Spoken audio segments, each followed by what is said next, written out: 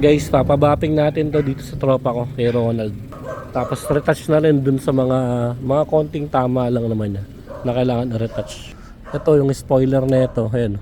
Kailangan lang i-repaint pa ng konti. Tropa ko na bahala dyan. Ewan ko kung kita sa camera, may mga tama na, faded na yung paint. Ayan, para yung mga hairline na yan, matanggal yan. Ayan, ewan ko kung nakikita sa camera natin ha, pero yan guys. Marami siyang mga hairline. Tapos dito, i-retouch ng tropa natin yan. Kaya nagpatimpla kami ng pintura kanina eh. Ayan. Ito yung bumper sa bandang ilalim. Tumama sa bato to eh. Tapos ito pa. Dito sa kabila, ganoon din. Ayan. Mapping ng tropa natin to para magmukhang na ulit. All goods. Dito sa bubong na ito guys, meron na rin mga kailangan to eh. Ayusin kasi alam niyo yun, minsan mga tayo ng hayop, di ba? Pag nakaparada tayo sa labas, nagmamarka.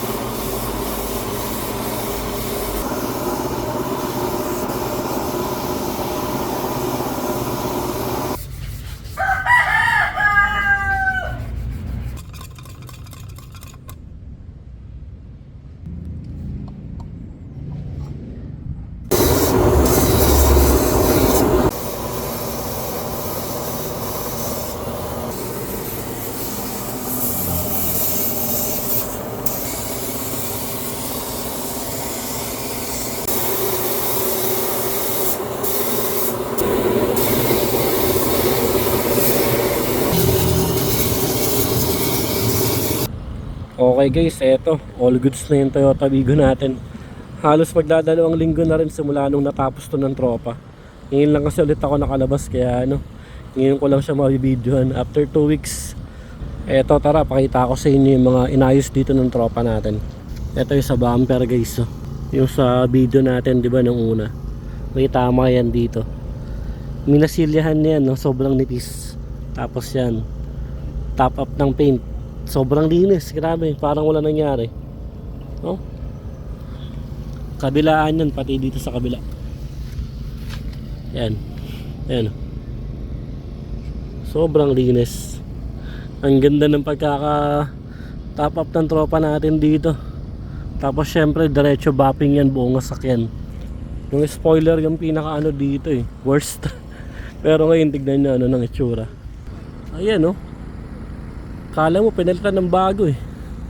Yan, nilihan niya rin yan ng manipis. Tapos nilagyan ng manipis lang din na masilya. Halos wala nga eh. Tapos sabay binugahan ng paint. And then top coat, sabay bapping din. Kaya ayan, sobrang ganda guys. Ang linis ng pagkakagawa.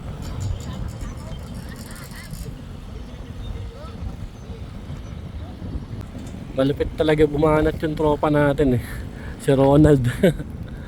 Ganda Itong sa may gilid nito sa ilalim, may mga tama rin yan na maliliit, may mga gas-gas din yan. Pero ito na siya ngayon, parang walang nangyari. Ayan guys may mga gas-gas yan nung una. Tapos yan, ganyan na ginawa. Top up paint din yan. Tapos bapping. Okay na. Ang linis ng pagkagawa.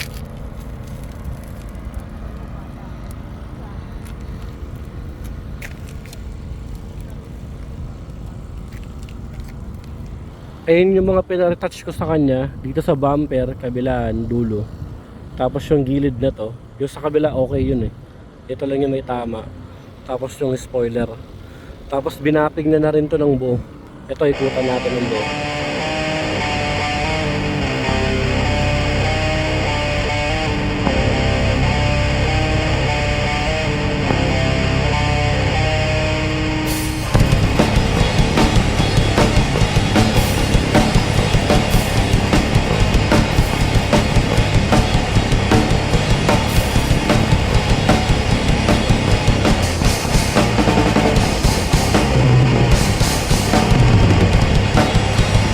Sobrang linis guys ng pagkagawa ng tropa natin lalo sa actual. Ito wala pang car wash to kumbaga. Punas-punas pa lang yan. Tapos nagamit ko na nga rin siya ng ano.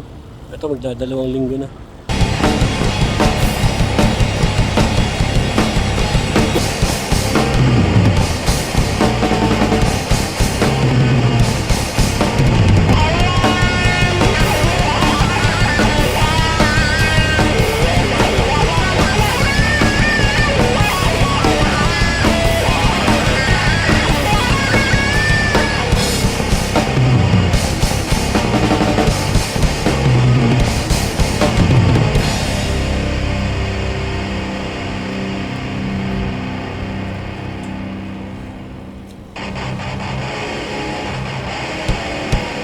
Patay lang na naman dito.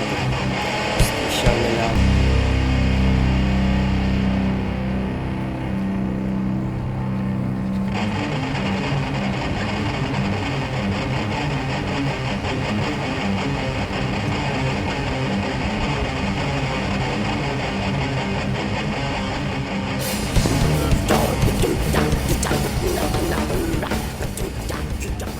Okay, all good sa tong Wigo natin. Mag-iipod na lang ako nito ng mugs tsaka pang tint natin na bago. Kapag gusto na rin guys magpa-retouch o mga minor repair sa body ng sasakyan nyo, kahit anong klase ng sasakyan, tapos diretso bapping, message na lang yung tropa ko si Ronald De Los Reyes. Ilalagay ko yung Facebook link niya sa comment section tsaka dito sa description. Madali lang kausap yun guys, message na lang siya sa Facebook na.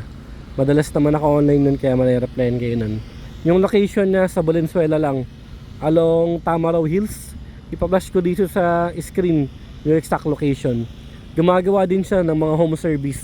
Kahit anong klase ng sasakyan, kayang gawin nun ni Parekoy. Auto detailing yung pinaka-profession na kasi talaga. So mula nang magkakilala kami, ng bata pa lang kami, talagang bopping na talaga ang ginagawa nun. Kaya yung bopping ng sasakyan, master na talaga yan. Kaya pag yung tropa natin ay nung tumira, solid talaga yan.